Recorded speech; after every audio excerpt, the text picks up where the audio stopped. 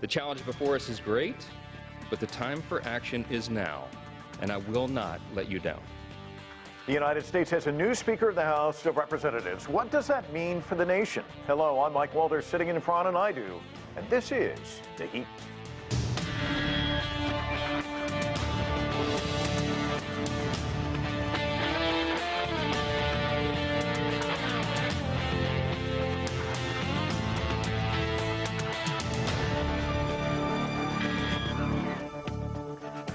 Mike Johnson has been selected and elected as the 56th Speaker of the U.S. House of Representatives. House Republicans have been in a stalemate for weeks over who would become the next Speaker. Johnson now has the task of unifying the Republican Party. How will this impact the Democrats and a Congress trying to pass legislation? CGTN's Benji Heyer has this report. At last then, 22 days, 14 candidates in all, 4 nominees, 4 votes on the House floor, finally a victor, and the House is operational again. Mike Johnson becoming the 56th Speaker of the US House of Representatives, the second in line to the presidency, bringing to an end a weeks-long saga that has engulfed Washington. Republican lawmakers struggling to coalesce around a single nominee, leaving that seat of power vacant and the building behind me in a state of paralysis. Johnson, for those that don't know who he is a staunch conservative from Louisiana and becomes the least experienced Speaker to be elected in about 140 years. He has never held a senior leadership position in Congress. He now holds the gavel. His success coming after multiple failures to fill that post left after former Speaker Kevin McCarthy was ousted. And I think it's fair to say that whilst this has been an incredible rise, it's not that Johnson was the first choice of Republican lawmakers by any stretch. It's more that he had less enemies within the party than many of the Speaker designates to go before him, like Tom Emmer for a couple of hours on Tuesday, or Jim Jordan before him, or House Majority Leader Steve Scalise in the days prior. It's a stunning session, though, and Democrats are quick to pounce on the fact that even though Mike Johnson is a relative unknown, he does have a checkered past, they might argue. He backed a lawsuit, for instance, that was urging the Supreme Court to try to get involved in the counting of votes in swing states that Joe Biden won in the 2020 election over Donald Trump. The Democrats' argument plainly that a man who claimed to sought to undermine democracy, who they claim sought to undermine democracy, is now overseeing the very heart of it. Johnson now has the gavel, although the challenges for him still remain. There is an impending government shutdown deadline looming in November and demands from the White House to pass a tranche of legislation, aid towards Ukraine and Israel with the total sum of $100 billion, all whilst Mike Johnson is trying to navigate an extremely slim Republican majority in the lower chamber. Benji Heyer, CGTN, Washington. Joining us from California, Spencer Critchley. He's a former advisor to President Barack Obama. From Georgia, Bill Crane is a political analyst and columnist here in Washington, D.C. Joseph Williams is a former senior editor at U.S. News and World Report. And Melik Abdul is a radio host and Republican strategist. And I'm going to start with you, Melik. The House, it's been broken for weeks ever since Kevin McCarthy was brought down by his colleagues. Johnson's going to have to bring this caucus together. That's not going to be easy to do. But he may also have to lean on Democrats to help him with some legislation because the majority is so slim. That's what got McCarthy into trouble. He did kind of extend an olive branch to the minority leader, though, during his address today. Let's listen to what he had to say. First, a few words of gratitude. I want to thank Leader Jeffries. I do look forward to working with you on behalf of the American people. I know we see things from very different points of view, but I know that in your heart you love and care about this country and you want to do what's right. And so we're going to find common ground there. Did he strike the right tone there? And how difficult is this task going to be for him? I think he did strike the right tone. It was a long almost 3 weeks that we had at this, but I thought he struck the right tone. He's going to have a very difficult job, and many people are talking about the difficult job he'll have within the GOP caucus. I don't think that that's so much as the problem. It is the role of the speaker itself. It's not a very thankless job. There's a lot of people who've been in these positions who remember John Boehner. We remember other speakers of the House. He has to be a prolific fundraiser, and we're heading into an election season. The Iowa caucuses begin in January. So there's a lot that he has to do as far as fielding candidates, supporting those candidates. So he has a lot on his plate, in addition to what many of us had described over these past few weeks, the chaos in the GOP. But I think he'll be able to bring the GOP together, even though there will be some members disappointed because they have overemphasized his role as a conservative, and I don't think that he as speaker will be able to govern in the way that many of them expect he'll do. So Melik, let me ask you a follow-up on this, because he used his address today to really introduce himself to America. Nobody really knows who he is outside of Louisiana. He talked about how his mother gave birth to him at the age of 17. He talked about, you know, he's the first in his family to get a college education. His father suffered injuries as a firefighter. He kind of told this personal story, but we know Democrats are going to tell another story about him, and that's that he's a staunch anti-abortionist, that he's against gay marriage, that he also led, as Benji Heyer pointed out, this effort to overturn the election in 2020 before this case before the Supreme Court in these key battleground states. So who is this guy, really? Yeah, I mean, one Republican senator was asked about him, and she said, I'm going to have to Google him. I don't really know.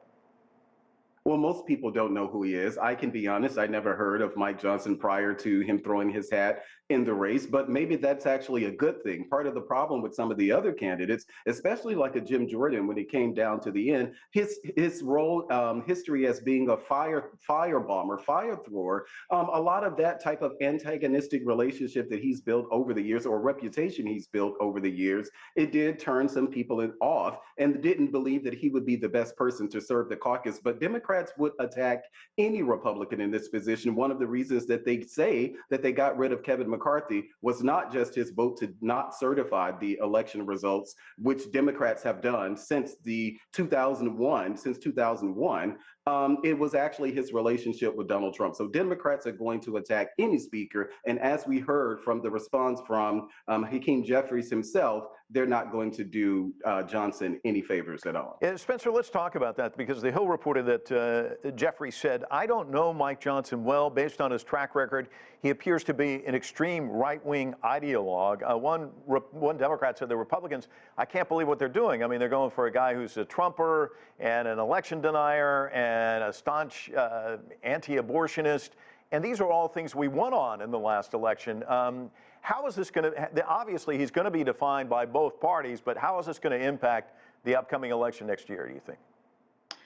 Well, as always, I'd like to push back on the framing here as this being the usual Democrats versus Republicans partisan conflict that we would expect in a normally functioning democracy.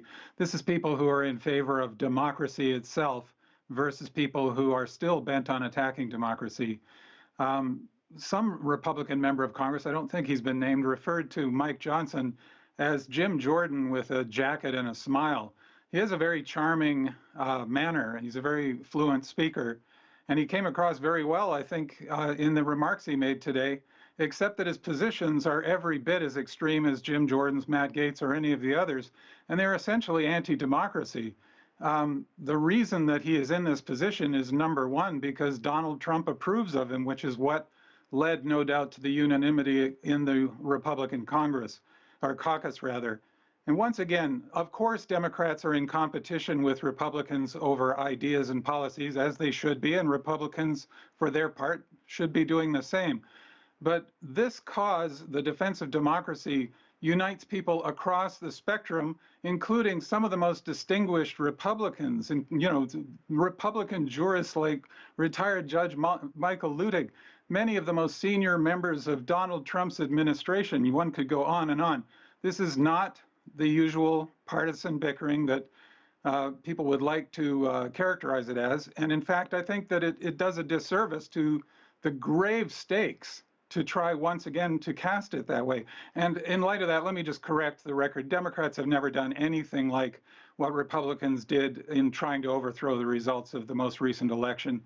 They have not been doing this kind of thing since 2001. It's just wildly untrue to suggest that. Okay, but Spencer, let me ask you about this. The Republicans heading into next November, you know, Melik makes a really good point. The speaker has to go out and raise money. It's kind of hard to raise money. I mean, he's not a marquee figure. He's going to have to raise a lot of cash. You've got a lot of moderates who were opposed to Jim Jordan because they know it's going to be tough to win these Biden districts next go round. How are they going to be? I mean, how are they going to field these candidates? How's this going to impact them next year? Well, I think for the good of democracy, we have to hope that their losing record continues.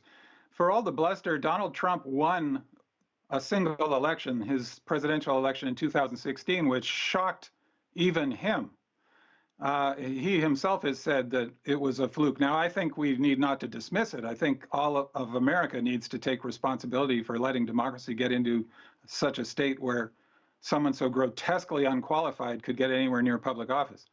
But since then, Republicans have been losing under the leadership of Donald Trump, and they continue to lose, and they continue to alienate the crucial voters they need to appeal to actually win elections, even as they solidify their support among their most committed base.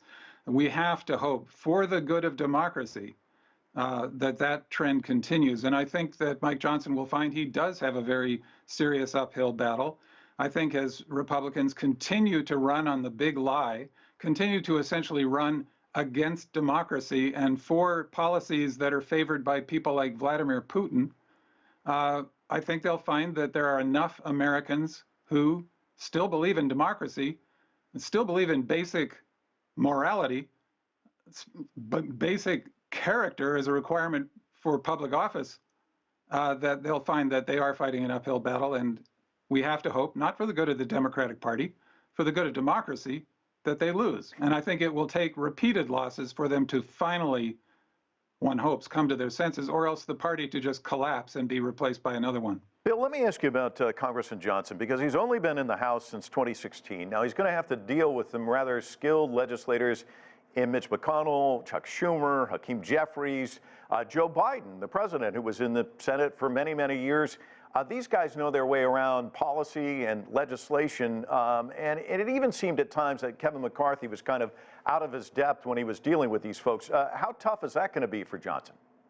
It's not a one-man show in the U.S. House, and there's a clip that you've shown probably at least 4 times so far tonight from the moment that he was announced as the speaker designee, and it's those photos and who's in them are very carefully chosen. You'll notice right over Mike Johnson's right shoulder, holding a handkerchief, is Steve Scalise, who is also from Louisiana, who is, I believe, the dean of that delegation. And yeah, there we go, who Mike Johnson's very close to. And Steve Scalise, by many in the House caucus, is considered a hero for surviving that shooting at the baseball game in 2018 or 2019. He's fighting cancer at present, but I think he's going to be a strong advisor to this speaker and very active in the Republican caucus as the House Majority Leader. And I think you'll see more of a team effort rather than just a speaker in conferees with the White House. And I will mention, because of who your viewing audience is, it was mentioned at the top of this in the package prior to the panel, the speaker is the third in line to the presidency. Vice President Kamala Harris would be number 2. And the House controls, the Republicans control one half of one of the 3 branches of government, being executive, legislative, and judicial. So though it's critical that we get aid to Israel, and there will be, it probably won't be $100 billion. And though it's critical that a number of pieces of legislation that have come over from the Senate move through the House, we now have a body that can function. And I believe you'll see the House move very quickly on several pieces of the budget ahead of that budget cliff deadline on November the 18th, though I think we'll be back at the precipice starting around November the 17th. Okay, Joseph, Bill makes a really good point that Steve Scalise was right over his shoulder as he was giving that address. But there was somebody absent behind him, which was Kevin McCarthy, who did not go to the news conference. He was kind of doing some machinations last night, trying to get himself in with Jim Jordan. This is still a very fractured caucus, isn't it? To say the least. I mean, it speaks volumes that they took, in all respect to the new speaker, but basically is a backbencher. I mean, nobody knew of him, nobody knew about him, and the only reason why he won enough votes is because he didn't have any enemies. And he didn't have any enemies, probably because he hasn't done much of consequence. That's how you make enemies on Capitol Hill, is by doing things that matter and by opposing or pushing back against people who don't think that they matter. He is going from T-ball to the big leagues, as someone said earlier today. It is going to be very wise for him to lean on the wisdom of Steve Scalise. He's going to have to, but I don't think, or rather, I think ultimately he's going to be the guy in the room who's going to make the call. He is going to be the one making the tough call. So I think in short order, we'll find out what Mike Johnson is made of. And hopefully for the Republican stake, he's got a little bit of steel in his spine, because he's going to need it, not only in dealing with the White House, but in dealing with his own caucus. Matt Gaetz was on MSNBC earlier this afternoon saying that they have not gotten rid of the one vote motion to vacate. So there still is a sort of Damocles hanging over his neck, even though Matt Gaetz and others pledged not to use it, mainly because they got a load of the dysfunction and they saw how it was hurting their prospects with the public and with the 2024 election. So I think this was a marriage of convenience. I think it may or may not last long. I mean, largely it's depending on a coin flip, but I think that the caucus is probably going to be a larger threat to Speaker Johnson than the Democrats will be, mainly because they are fractious, they have the knives out, the knives have blood on them, and they don't seem to be particularly baffled by using them. Melik, the knives are out. We've certainly seen them being wielded in the last few weeks. The New York Times article asked this question: is the GOP too dysfunctional to govern? Are they? No, I don't think so at all. And I just want to clarify that what I said is that Kevin McCarthy voted against certifying the election results, which is the same things that Democrats have done since 2001. But no, I don't think that we are a dysfunctional caucus.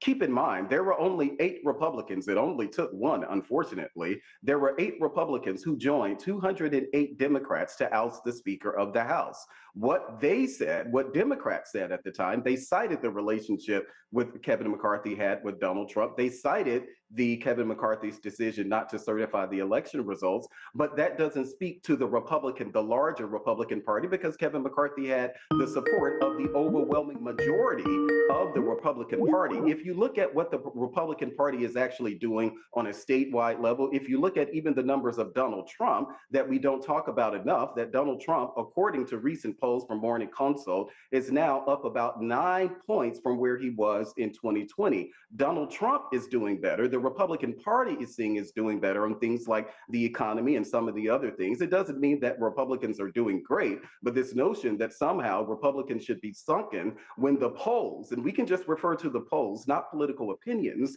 we can refer to the polls that even have Donald Trump up now in the important battleground states of places like Arizona, Pennsylvania, Wisconsin. All of these things are important. Yes, it is very early, but the notion that somehow Republicans are having a terrible go at it, no, we had 8 recalcitrant Republicans who should have been criticized in this caucus, who upset the entire Congress, and I think that they should be reprimanded for it, but we're not a dysfunctional body.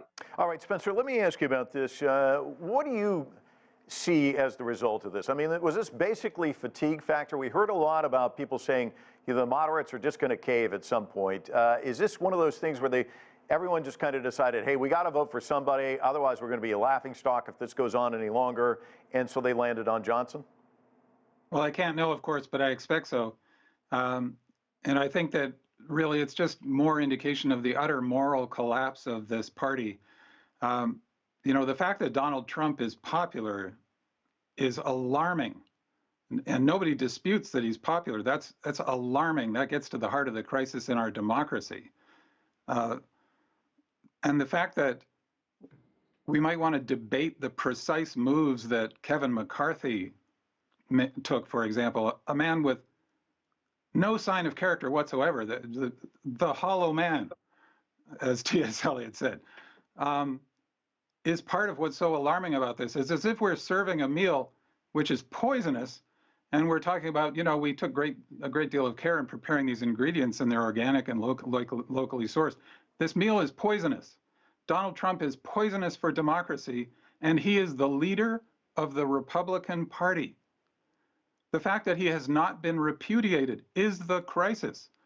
He's the very likely nominee for president again, a man who has been adjudicated as a lifelong fraud, who is banned for life from operating charities in the state of New York because of his fraudulent charity, who looks like he's about to lose the ability to operate businesses because of his lifetime of running fraudulent businesses.